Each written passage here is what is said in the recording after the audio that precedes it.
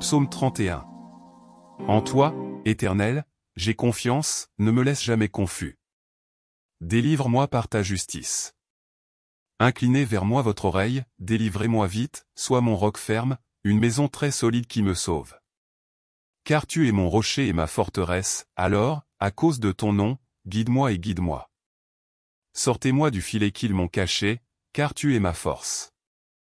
Entre vos mains, je remets mon esprit, tu m'as racheté, Seigneur Dieu de vérité. Je hais ceux qui se livrent à des vanités trompeuses, mais j'ai confiance dans le Seigneur. Je me réjouirai et je me réjouirai de ta bonté, parce que tu as considéré mon affliction, tu as connu mon âme en détresse. Et vous ne m'avez pas livré entre les mains de l'ennemi, tu as mis mes pieds dans un endroit spacieux. Aie pitié de moi, Seigneur, car je suis en détresse. Mes yeux, mon âme et mon ventre sont consumés de tristesse.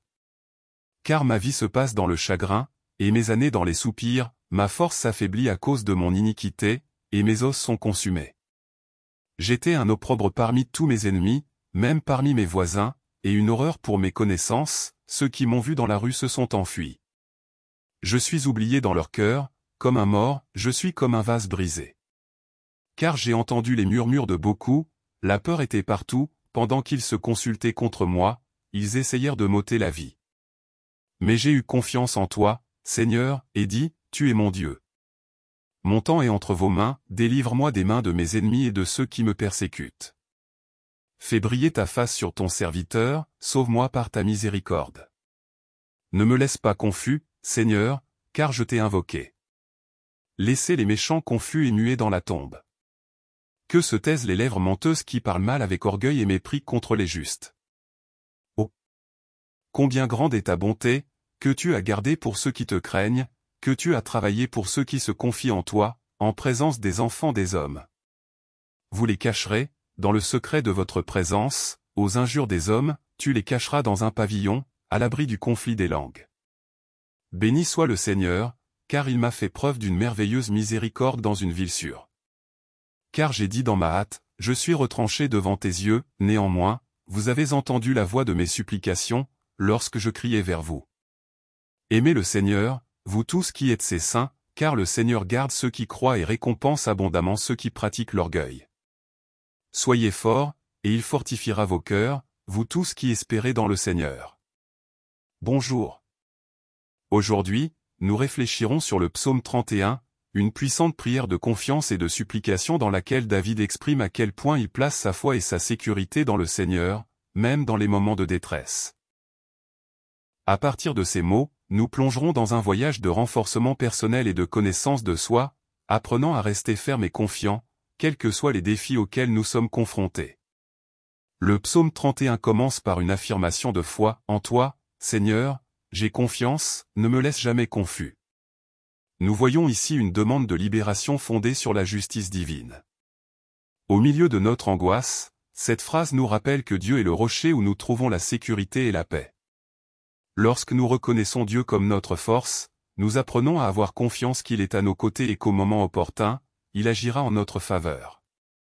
Tout au long du psaume, nous voyons comment David parle des défis auxquels il est confronté, de la peur de ses ennemis et des épreuves qui ébranlent sa paix. Il nous enseigne cependant que faire confiance à Dieu est un choix que nous faisons pour trouver soulagement et force au milieu de la douleur. Au milieu des difficultés, ce psaume est une invitation à la réflexion, où cherchons-nous refuge? En Dieu, nous trouvons la sécurité et la sérénité qui nous soutiennent. Dans ces moments de désespoir, David déclare, « Mon temps est entre vos mains ». Ici, il nous montre un profond abandon, reconnaissant que le temps de notre vie appartient au Seigneur. Lorsque nous remettons nos soucis à Dieu et acceptons que tout a un but, nous faisons place à une vraie paix.